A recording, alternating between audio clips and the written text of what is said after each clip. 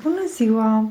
Astăzi vreau să vă arăt cum fac eu floricelele de porumb, popcornul, fără să folosesc ulei, pentru că știm că uleiul încins devine toxic. Pentru această rețetă eu am folosit 100 de grame de boabe de porumb pentru floricele, o lingură de sare, 50 de ml de apă, 2 linguri de fulgi de drojdie inactivă opțional și o linguriță de pudră de usturoi, care la fel este opțională. Într-o cratiță am pus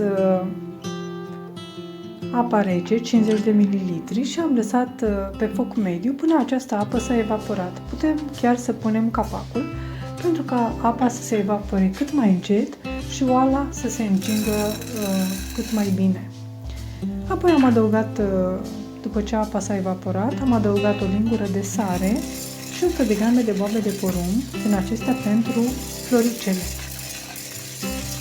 Și am amestecat cu o lingură de lemn. Nu vă faceți probleme pentru că sarea ar fi prea multă, deoarece ea se va lăsa, excesul de sare se va lăsa la fundul cratiței sau la fundul castronului în momentul când vom transfera aceste floricele într-un bol. Dacă vedem că ele nu sar, e posibil să fie umede boabele și să sară mai greu. Trebuie să avem răbdare să se usuce. În acest timp mai amestecăm cu o lingură de lemn sau agităm cratița într-o parte și în alta, ca aceste boabe să nu se ardă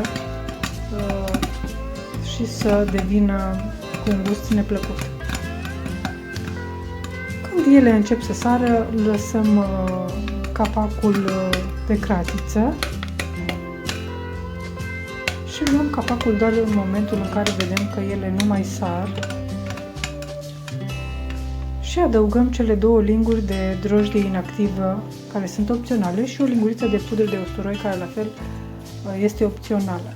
Dacă dorim ca ele să nu fie atât de seci, acum chiar putem să adăugăm, dacă dorim numai, puțin ulei de măsline extra virgin sau un alt ulei nerafinat.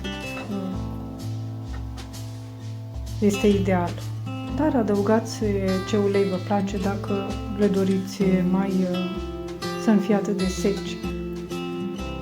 Le transferăm într-un bol și le servim ca pe o gustare sau cei care nu doresc să mai mănânce seara. Este ideal să consume aceste floricele de porumb.